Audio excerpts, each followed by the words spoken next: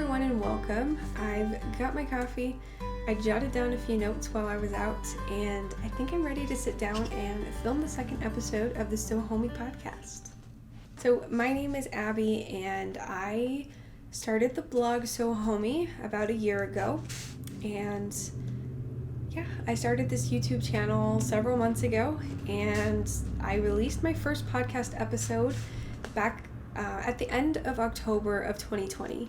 Now, I originally got the inspiration just while I was out in the Wimmenooch Wilderness with my dad. We were on a trail, and that's in Colorado, if you're unfamiliar with that trail. But anyway, I was with my dad, and I don't know, it was just the nature and everything. I just wanted to share it, I guess. And so I was like, I love to watch knitting podcasts, and this is kind of different, so why don't I just start filming in the middle of the wilderness and share it with my viewers? So that's what I did, and I don't know, it was a lot of fun. I got to share the new hat pattern that I was actually wearing and that I wanted to photograph while me and my dad were out there. So that's really where my first idea of where I was actually going to contribute to the knitting podcast community, I guess. So unfortunately, I haven't sat down and filmed one since, so this is going to be my January podcast of 2021. Now, again, like I said, I do love to watch knitting podcasts, and yes, they all are knitting, so this one might be a little different because I tend to do more crochet projects. So if you are a fellow crocheter, maybe I'll relate to you a little more than just knitting, but either way, I think they're a lot of fun to watch. I get a lot of inspiration from watching other people, just to see what their projects are, what yarns they use, their favorite products. Everyone's different, so I just find a lot of inspiration from that. So I just wanted to contribute to the podcasting community and share with you the projects that I'm working on. So I will try to structure it just like any other knitting podcast, where I go through my finished objects, or FOs, which are just all of the things that I finished within the month. And then I'll also go through my WIPs, or work in progress, which will probably be more than my FOs. And then any yarn additions, or I'd like to add like tools or other materials to that as well, just things that I've accumulated throughout the month. So that's kind of how I will structure these. But let me go ahead and give you a little bit of introduction to myself, just so we can get to know each other. So I am from Texas. I have lived in West Texas all of my life. The wind is horrendous if you've never been here, and the summers are extremely hot, and right now we're in the middle of winter and it's cold. We got our first snow of the year earlier this month, and it doesn't snow enough here. We don't get much moisture. It's definitely more like a desert around here. So it was a lot of fun to experience the snow. I dragged my boyfriend out there, and we created a snowman, or I guess you would say we built a snowman. And I'll try to put in some footage of us doing that here. But that was a lot of fun. So that's where I'm from, and I started to crochet. So normally, I know a lot of people learn to knit or crochet from their grandmothers. Well, my grandma and my mom are all cross stitchers, which I do know how to do that, but it didn't ever hold my interest as well as a kid. So I actually learned to crochet from a girl at school.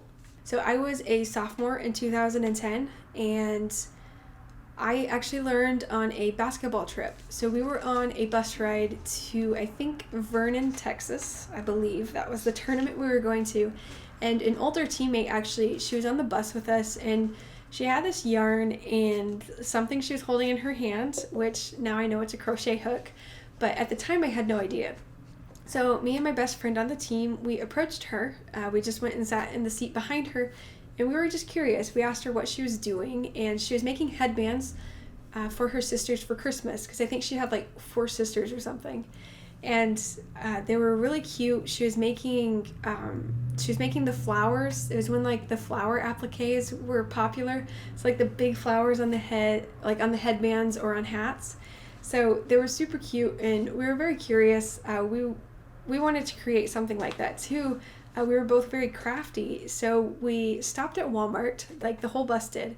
And while everybody else went to go get snacks, like we went there for, me and my best friend went to the craft section instead, and we grabbed our first set of crochet hooks and our first skein of yarn.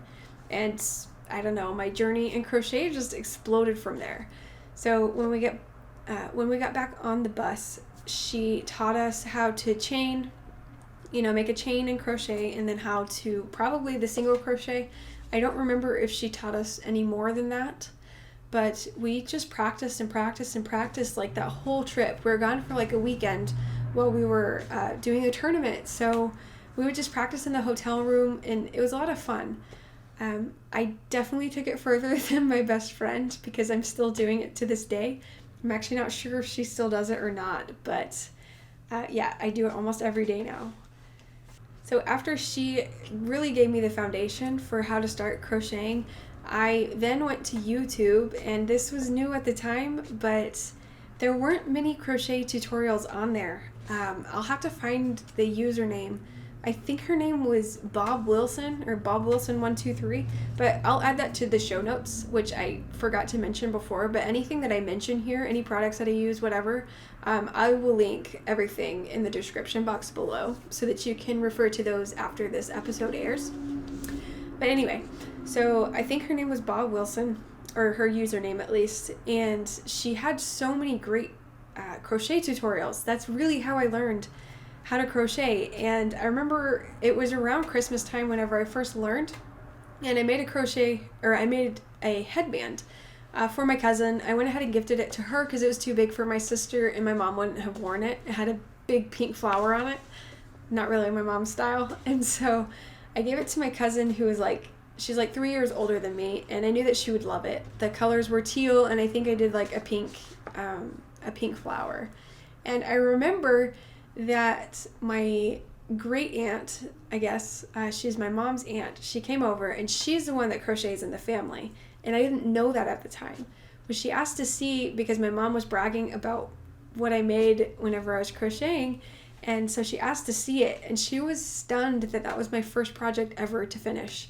She was like, most people start with pot holders, and I was like, those don't interest me, like I wouldn't be using that. So I've always come to crochet with a practical perspective. I want to make something that I will actually use. Not that I won't use pot holders. I will use those now that I live on my own, but at the time I was like, why would I make that? So anyway, I just blossomed from there, I guess. I just took it to a whole other level. I bought some crochet books. I watched a ton of videos, found a lot of patterns online that I would practice. So I have lots of hats. I loved the slipper socks that you can just wear around the house. I have several pairs of those. And yeah, I've been expanding into other projects now. But that's really how I learned to crochet. So that was over 10 years ago now. And I told myself whenever I first began that I would not get into knitting. I tried knitting needles one time, and they were too fiddly. I was used to one crochet hook, and I couldn't manage two needles. But I have changed my mind. I sat down and I learned to knit almost 3 years ago now, I think. I started with circulars rather than straight needles this time, and I was actually able to complete a sweater.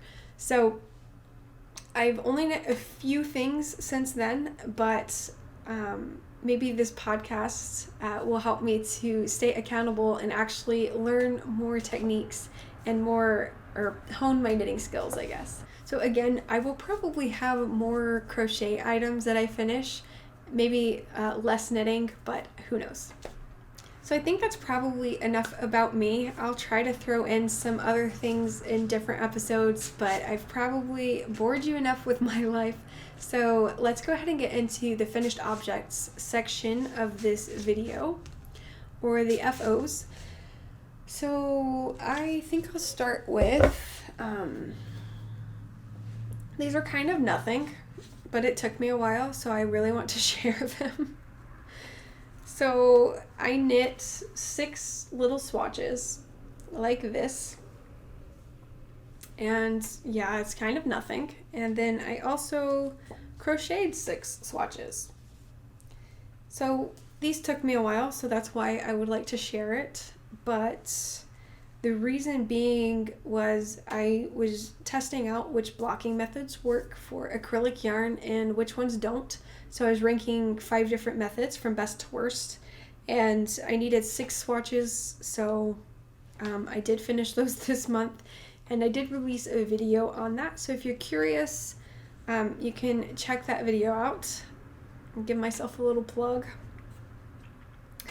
But yeah, so I had to add those in here because it was a lot of work, and yeah.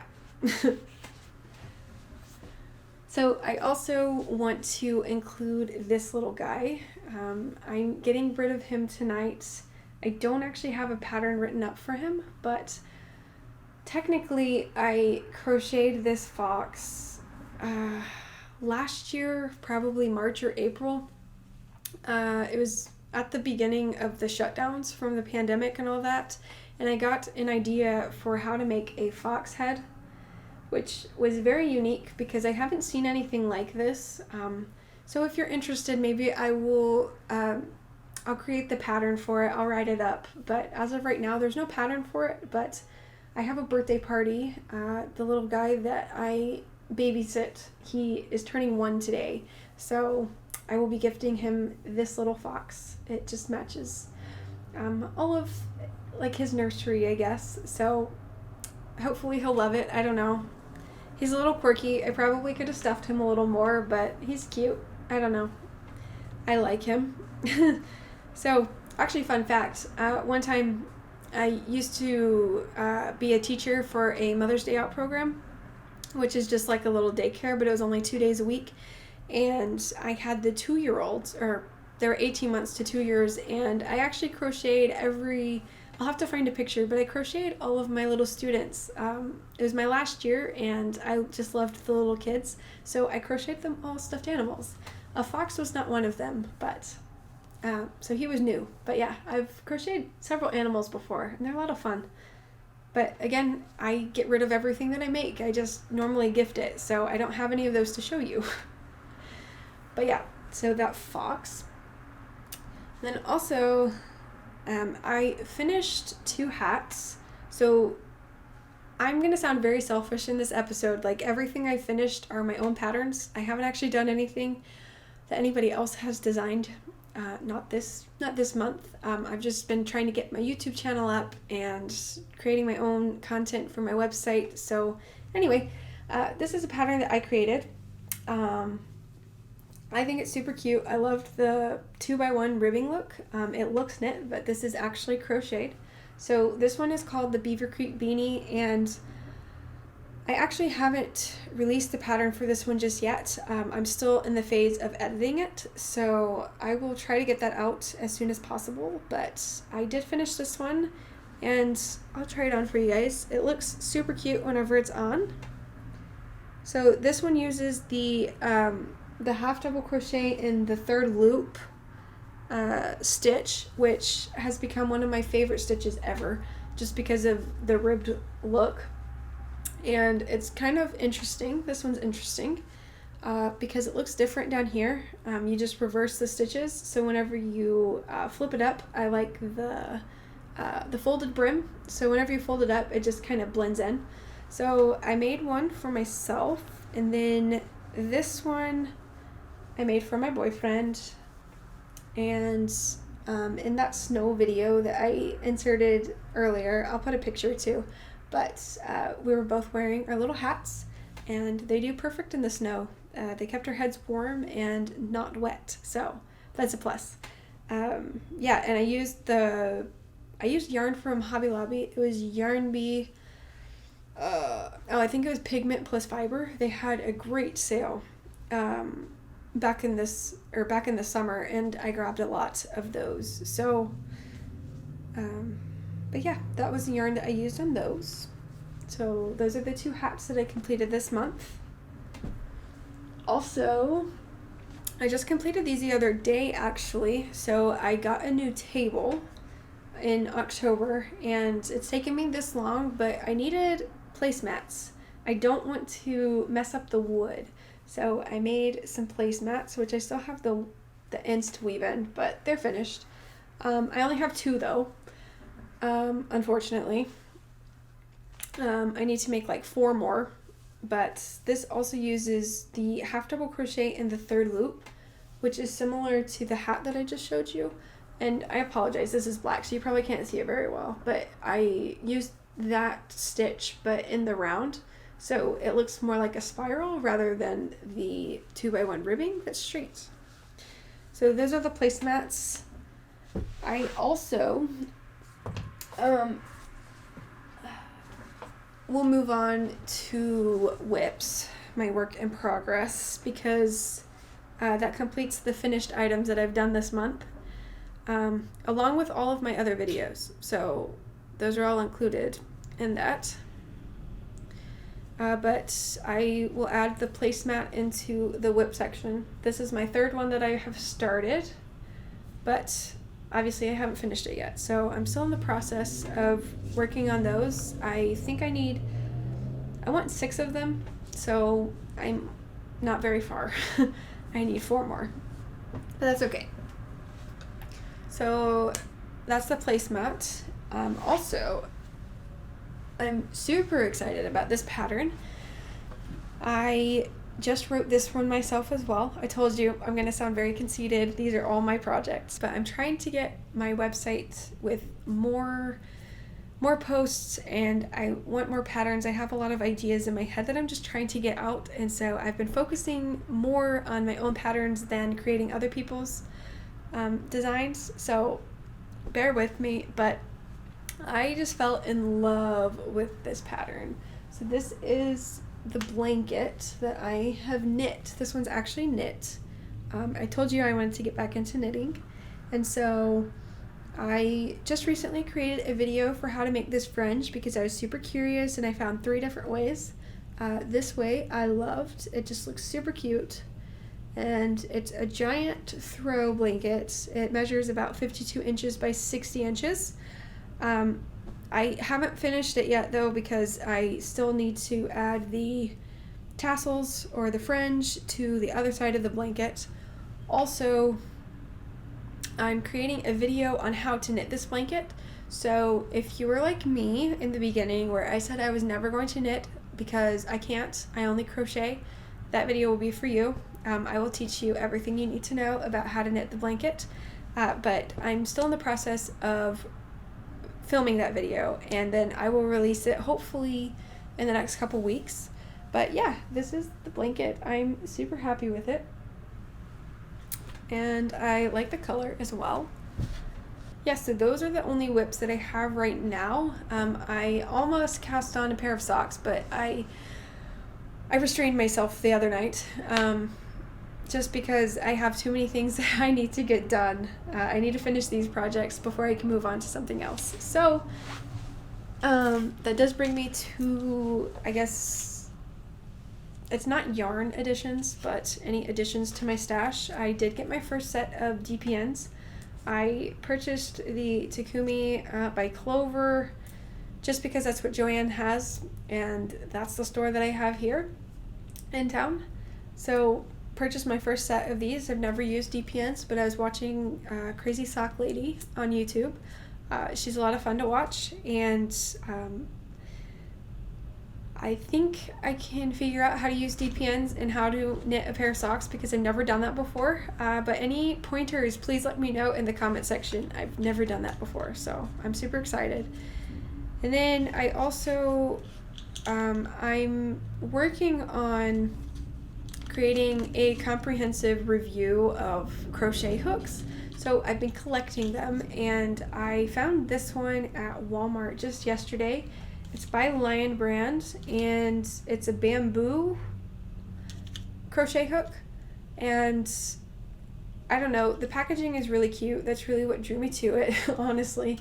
And I'm curious to see how it works because I didn't notice it until I got home, but the wood or the bamboo kind of seems a little scratchy, or like the yarn might catch on it. So I'm curious to see how this will work. But again, I'm doing a review on crochet hooks, so that's why I added this one to my stash. So I'll get back to you on whether it works or not.